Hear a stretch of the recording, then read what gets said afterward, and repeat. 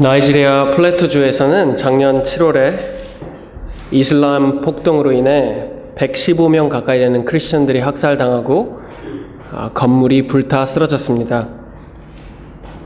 영국에서 GP로 일하고 있는 닥터 리처드 스콧 씨는 환자와의 치료 면담이 끝나고 자신의 크리스천 신앙을 나누었다는 이유로 법정에 불려가 고소를 당하고 다시는 의사로서 복음에 관한 이야기를 나누지 말라고 경고받았습니다.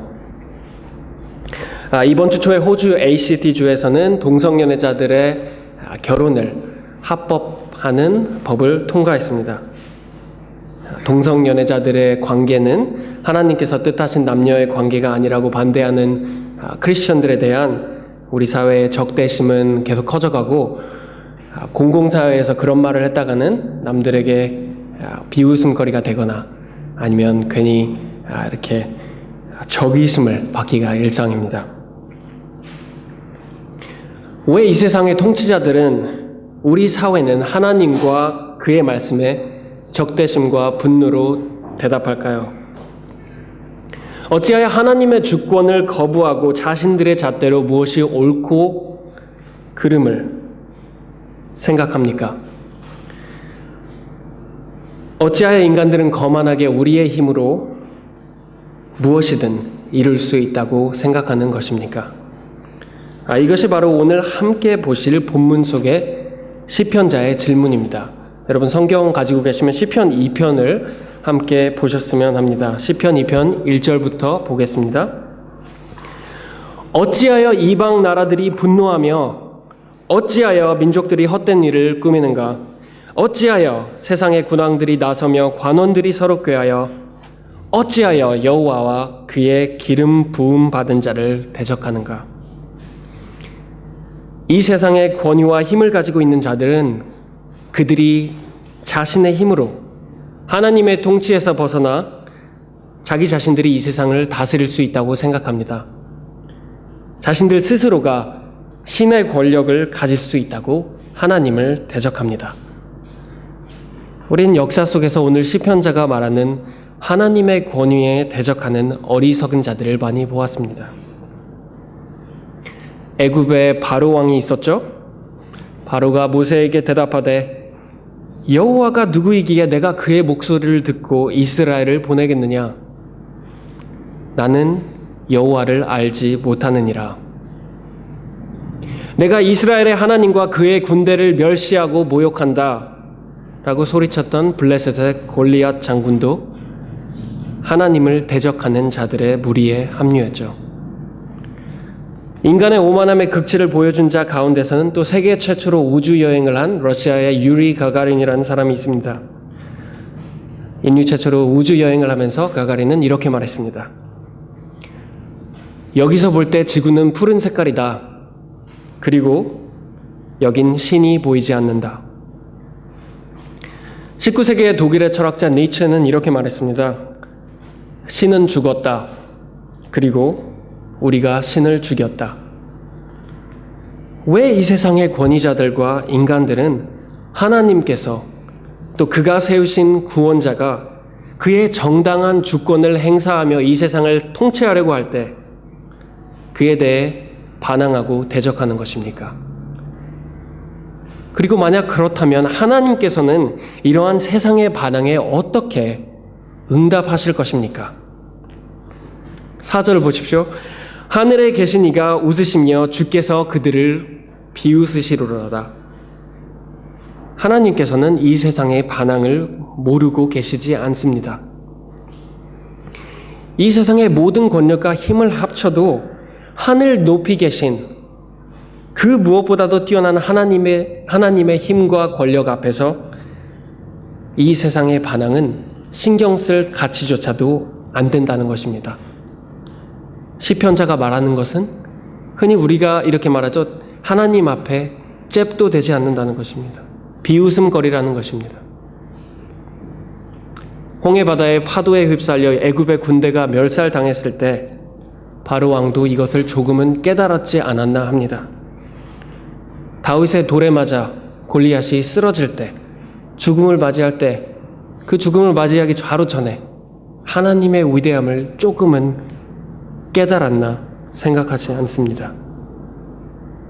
우주를 인류 최초로 비행했던 러시아의 자랑 가가린이 전투기 실험 훈련 도중으로 추락해서 사망했을 때 자신이 절대 무적이 아님을, 그리고 하나님의 권위와 위대하심을 조금은 깨달았지 않았나 합니다. 하나님의 비웃음은 그의 정당한 분노로 이어집니다. 5절을 보십시오. 그때 분을 바라며 진노하사 그들을 놀라게 하여 이르시기를 내가 나의 왕을 내 거룩한 산 시온에 세웠다 하시리로다. 하나님께서는 이 세상의 왕들의, 이 세상의 힘을 가지고 그 민족들의 반항에 그가 택하신 왕을 세우심으로, 그가 선택하신 예루살렘 시온산에 그의 왕을 세움으로 응답하십니다. 그렇다면 하나님께서 선포하신 이 왕은 과연 누구입니까? 여호와의 모든 주권을 이임받는 이 왕은 하나님과 굉장히 밀접한 관계를 가지고 있다는 것을 볼 수 있습니다. 그리고 그 관계가 바로 다름 아닌 아버지와 아들의 관계와 마찬가지라고 하나님께서 세우신 그 왕이 직접 7절에서 여호와의 명령을 전합니다. 7절을 보십시오.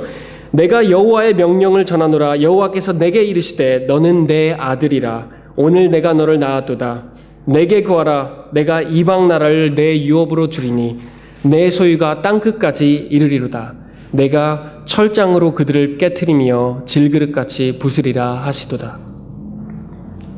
너는 내 아들이라. 오늘 내가 너를 낳았도다 라는 말씀은 오늘 함께 읽었던 사무엘하 7장의 언약이 그 배경입니다.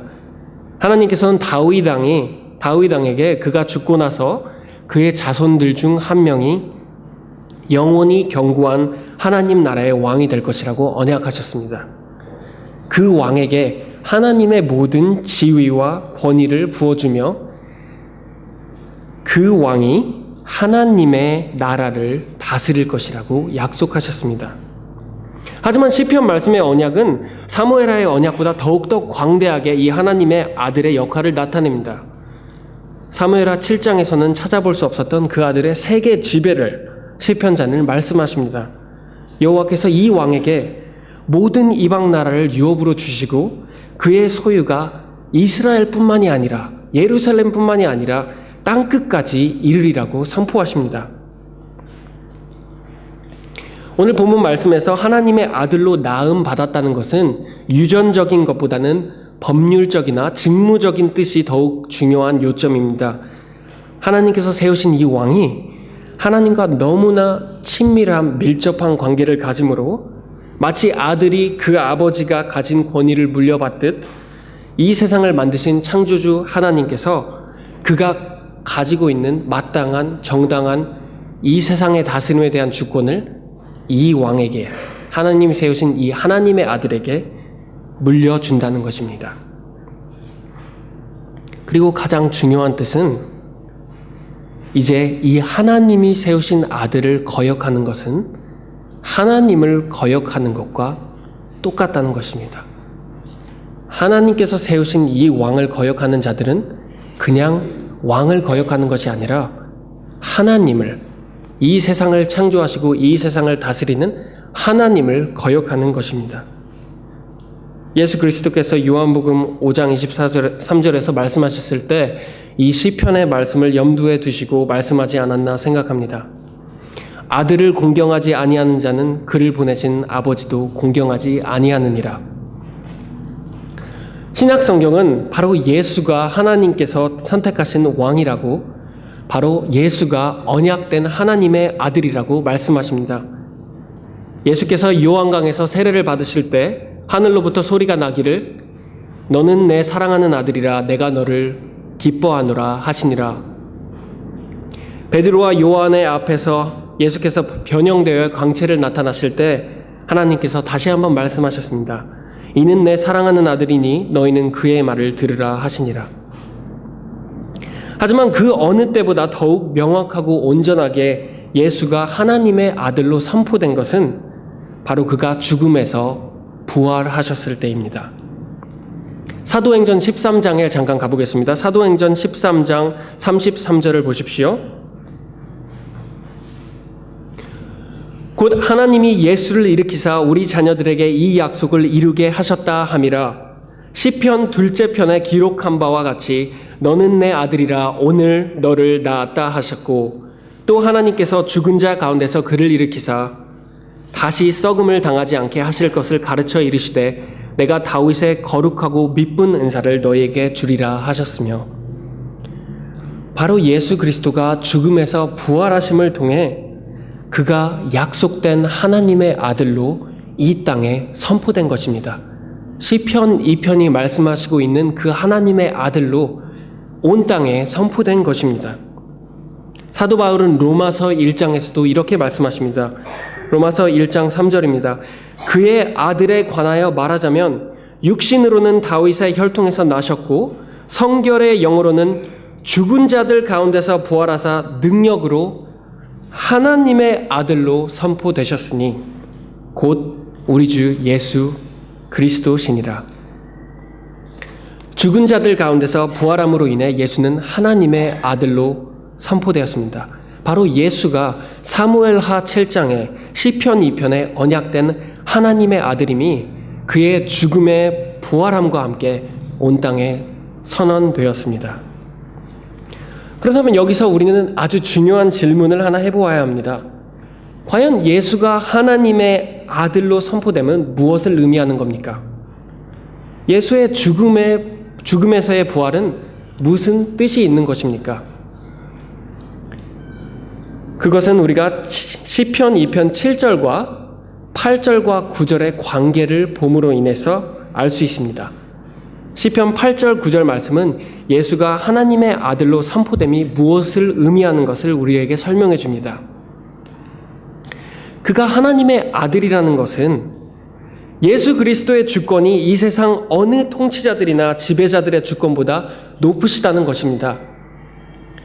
예수 그리스도께서 이 세상 땅 위에 모든 나라들과 민족들을 소유하신다는 것입니다. 그가 바로 마땅한 소유자라는 것입니다. 예수 그리스도가 이 세상 모든 권력 위에 있는 최고의 통치자라는 것입니다. 만약 여러분이 하나님의 아들이 누구인지를 확실히 아셨다면 여러분은 이 세상의 진실한 지배자가 누구인지를, 이 세상의 진실한 소유자가 누구인지를, 이 세상의 진실한 심판자가 누구인지를 제대로 파악했다는 것입니다. 여러분, 이 세상 최고의 권력자가 누구라고 생각합니까? 이 세상은 누구의 통치 아래 놓여졌다고 생각하십니까? 그것이 최고의 권력을 자랑하는 미국의 바락 오바마 대통령입니까? 영국의 수상 데이비드 캐머런입니까? 유럽 연합회의 국가들입니까? 성경에서는 이 세상 모든 지휘자들의 권위는 하나님이 세우신 왕의 아래에 있으며 이들은 잠시 하나님의 아들이 돌아오기 전까지 그가 주신 권위를 받은 것뿐이라고 말씀하십니다. 이 세상의 진정한 최고의 통치자는 바로 하나님의 아들, 부활하신 예수 그리스도라는 것입니다. 지금은 마치 하나님을 대적하는 왕들이 진정한 힘을 가진 것 같지만 하나님의 아들로서 정당한 주권을 가진 그의 아들 예수 그리스도가 어느 날 다시 돌아오셔서 그를 대항하는 모든 이들을 멸하시고 그의 주권을 온전히 알리실 것이라는 것입니다. 하나님께서 예수 그리스도를 죽음으로부터 부활하게 하신 것은 바로 그를 통해 이 세상의 모든 이들을 그의 심판의 자리에 물러 모으기 위한 것입니다. 우리 그리스도인들이 예수 그리스도의 죽음의 의미는 우리의 죄를 사하기 위해서 죽으셨다라고 잘 알고 있지만 가끔씩 부활의 의미가 무엇인지는 잘 깨닫지 못하고 있는 것 같습니다. 그저 그리스도가 부활한 것은 그가 신이라는 것을 나타내기 위해서였다고 생각합니다. 그것이 틀린 말이 아니지만 성경에서 말씀하시는 부활의 가장 큰 의미는 바로 하나님께서 이 땅을 심판하신 나를 집권할 그의 재판자를 드디어 세우셨다는 것입니다. 하나님께서 인간의 반항에 대해서 더 이상 놔두지 아니하시고 그 모든 반항을 심판하실 집권자를 세우셨다는 것이 바로 부활의 의미입니다. 사도 바울이 사도행전 17장에서 이렇게 말씀하시지 않습니까? 알지 못하던 시대에는 하나님이 간과하셨거니와 이제는 어디든지 사람에게 다 명하사 회개하라 하셨으니 이는 정하신 사람으로 바로 예수 그리스도로 하여금 천하를 공의로 심판한 날을 작정하시고 이에 그를 죽은 자 가운데서 다시 살리신 것으로 모든 사람에게 믿을 만한 증거를 주셨음이라 하시니라. 예수께서 부활하셨고 그분이 언젠가는 돌아오셔서 이 세상의 모든 자를 심판하실 것입니다. 하나님께서 이 세상의 통치자들이 또 민족들이 하나님과 그의 세우신 왕에게 반항하고 그들의 힘대로 이 세상을 지배하게 영원히 놔두지 아니하실 것입니다. 우리 인간들의 역사는 이제까지 계속해서 하나님을 거역하고 그의 정당한 주권에 반항해 왔습니다. 이 반항은 아담과 하와가 예덴 동산에서 하나님의 말씀을 거역함을 시작으로 죄인들이 하나님께서 보내신 그의 아들을 십자가에 못 박혀 죽음에 처하게 할 때 그 클라이맥스를 이루었습니다. 사도행전 4장 25절을 보시면 사도들은 예수에 대한 또 그 복음에 대한 사람들의 반항을 시편 2편의 말씀으로 설명하십니다. 사도들은 이렇게 말합니다. 또 주의 종 우리 조상 다윗의 입을 통하여 성령으로 말씀하시기를 어찌하여 열방이 분노하며 족속들이 허사를 경영하였는고 세상의 군왕들이 나서며 관리들이 함께 모여 주와 그의 그리스도를 대적하도다 하신 이로소이다. 과연 헤롯과 본디오 빌라도는 이방인과 이스라엘 백성과 합세하여 하나님께서 기름 부으신 거룩한 종 예수를 거슬러 하나님의 권능과 뜻대로 이루려고 예정하신 그것을 행하려고 이 성에 모였나이다. 헤롯과 빌라도와 이방인과 유대인과 만민들이 모두 하나님과 그의 기름 부으신 자를 거스르고 그를 십자가에 못 박아 죽임으로 반항의 종지부를 찍었습니다. 하지만 그리스도의 죽음 이후에도 우리 민족들의 반항은 계속되고 있습니다. 매년 평균 16만 명의 크리스천들이 하나님을 믿는 신앙의 이유로 죽임을 당한다고 합니다. 매 1시간마다 약 20명이 죽음을 당한다는 거죠. 우리 사회는 어떻습니까? 인간이 만물의 척도라고 말하며 하나님의 말씀을 무시하지 않습니까? 호주 빅토리아주에서는 여성의 자유를 토대로 유산을 법정화시켰죠. 아까 말씀드렸듯이 ACT에서는 이제 동성연애의 결혼을 법정화했죠. 학교에서는 크리스천의 교육을 못하도록 무신론자들의 캠페인이 계속되어 가고 있죠. 하지만 하나님께서 이러한 인간들의 어리석은 반항을 계속 지켜보지 아니하실 것입니다. 왜냐하면 그리스도께서 부활하셨기 때문입니다. 그리스도께서 부활하신 하나님의 아들께서 다시 이 세상을 심판하러 오실 것입니다.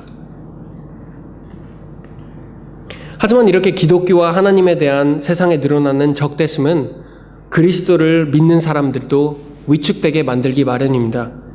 세상에 계속되는 적대심 앞에 요즘은 크리스천들조차도 기독교만이 진실을 가졌고 하나님의 말씀을 따라서 사는 것만이 정녕 올바른 삶이라고 말하는 것을 주저하고 있습니다. 성경을 믿는다는 크리스천들조차 우리가 세상에 하나님의 말씀만이 오직 진리라고 말하는 것은 오만하고 무례한 것이라고 생각합니다. 하나님은 사랑이시다라고 말하는 것은 주저하지 않지만 예수께서 우리의 죄를 심판하실 것이고 하나님께 거역하는 모든 자를 멸하시러 다시 오실 거라는 성경의 말씀은 회피하길 원합니다.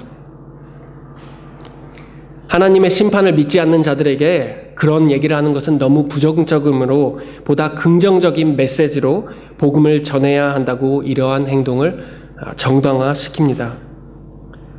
하지만 시편 2편이 가르치시는 것은 하나님께서 세우신 왕이 가져올 심판의 메시지가 없이는 그 복음은 진실한 하나님의 복음이 아니라는 것입니다.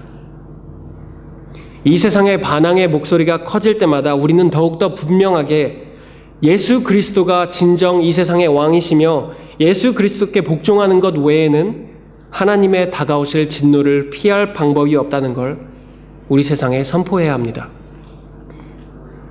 무하마드의 거짓말을 믿는 이슬람교 안에는 구원이 없다고 여러분의 친구분들에게 말씀하셔야 합니다.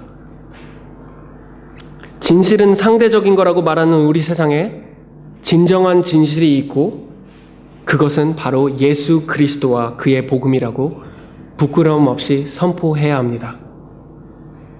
예수 그리스도를 배척하는 것은 이 세상을 창조하고 다스리시는 만민의 하나님을 배척하는 것이라고, 그리고 그 대가는 하나님의 분노를 직면하는 것이라고 그리스도와 올바른 관계에 있지 아니하는 자들에게 우리는 말해야 합니다. 심판의 메시지를 전하는 것이 쉽진 않지만 우리가 예수 그리스도가 우리의 정당한 심판자이시고 그분이 곧 우리를 심판하러 오실 거라는 확신을 잃어버리는 순간 우리는 더 이상 하나님의 복음을 선포하는 것이 아니라는 것을 기억하시길 바랍니다. 제가 시편 2편의 말씀을 읽으면서 이번 주에 제 삶의 한 부분을 다시 돌아보게 되었는데요. 제 주위에도 아직 예수 그리스도를 주와 구원자로 영접하지 않은 많은 친구들과 가족 친지분들이 계십니다. 그렇지만 제가 가끔씩 생각하기에는 저는 하나님께서는 사랑과 자비가 충만하신 분이니까 내 친구들은, 내 가족 친지들은 그렇게 나쁜 사람들이 아니니까 어떡하든 하나님께서 하나님의 나라에 들어가게 해주실 수 있지 않을까라고 생각을 해왔습니다. 그 친구들이, 가족 친지들이 예수 그리스도의 심판을 받을 거라는 생각은 솔직히 말해서 많이 잃어버리고 산 것 같습니다. 하지만 하나님께서 시편 2편을 통해 우리 모두에게 말씀하시는 것은 그 누가 됐든지 간에 이 하나님께서 세우신 왕, 하나님의 아들 예수 그리스도를 주로 영접하지 아니하는 자는 하나님을 거역하는 것이며 하나님을 거역하는 자들은 모두 그의 정당한 심판을 받으실 거라는 것입니다. 그렇기 때문에 저는 아무리 힘들어도, 아무리 그것이 상처가 된다고 해도 주위의 사람들에게 그 심판의 메시지를 전해야 합니다. 삶에는 오로지 두 가지 길밖에 없습니다. 한 가지는 하나님의 아들 예수 그리스도를 섬기는 것이고, 다른 한 가지는 하나님의 아들 예수 그리스도를 거역하는 것입니다. 하지만 두 길의 최종 장소는 천지차이입니다.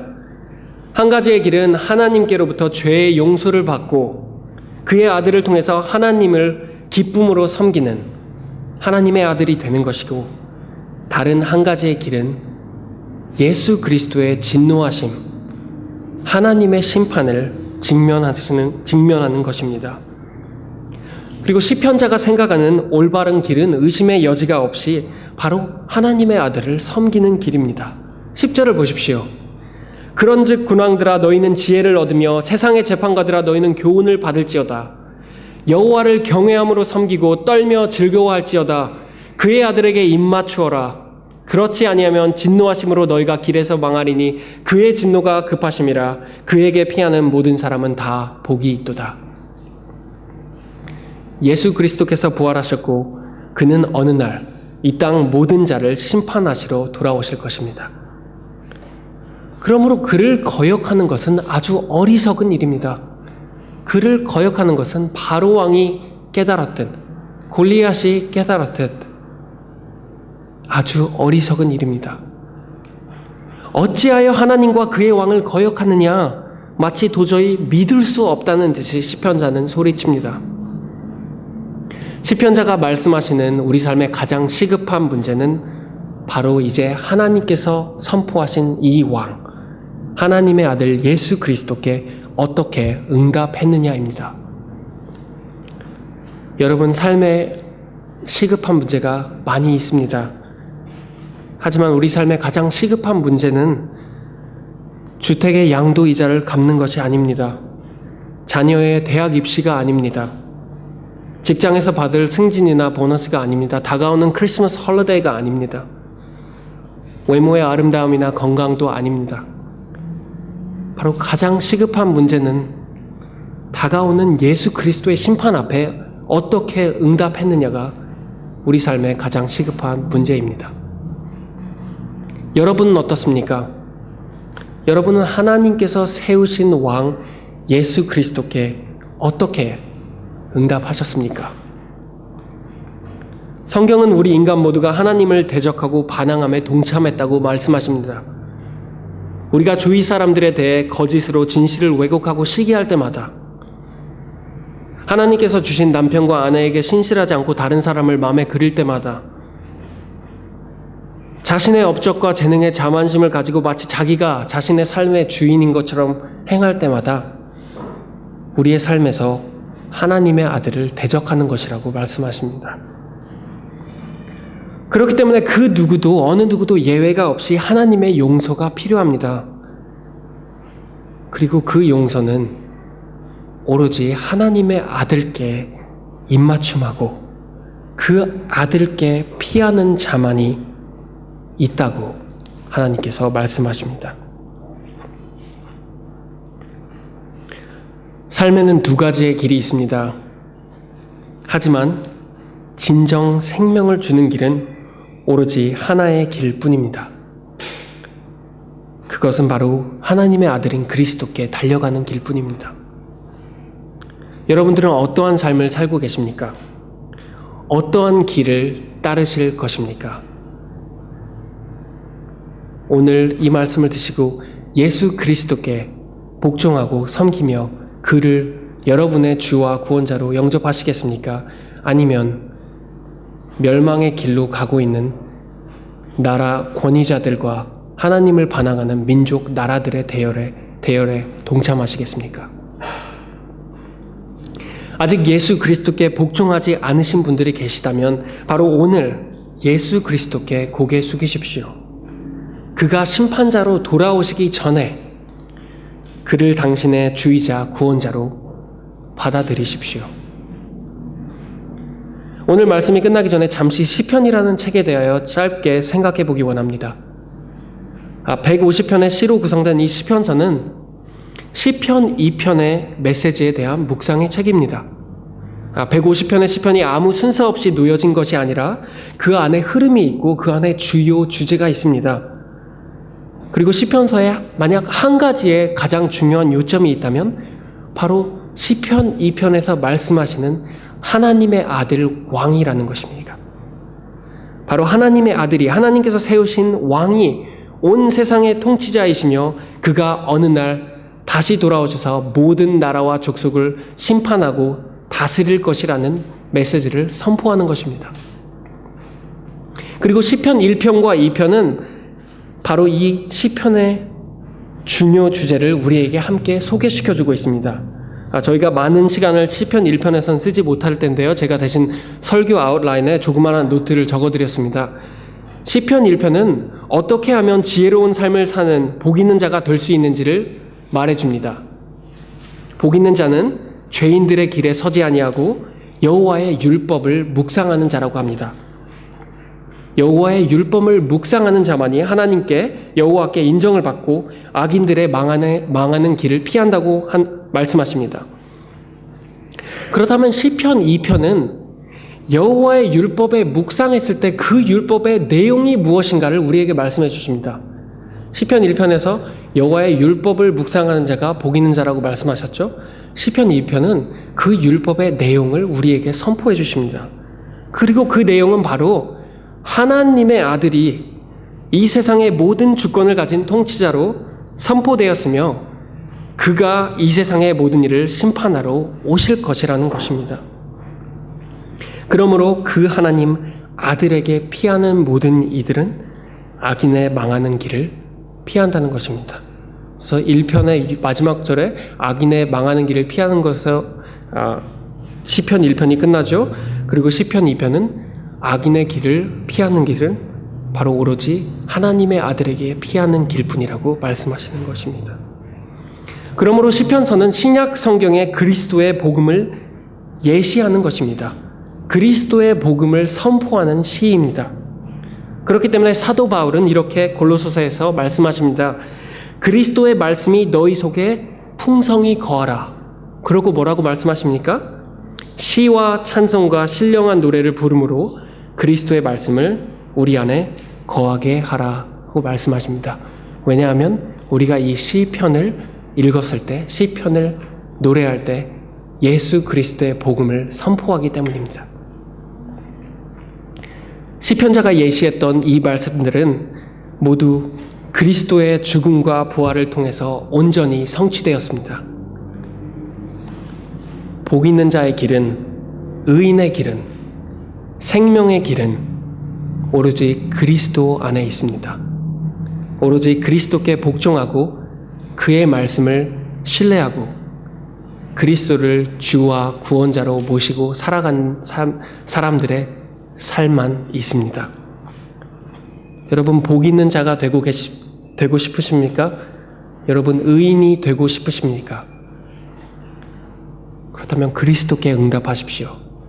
그리스도께 달려오십시오.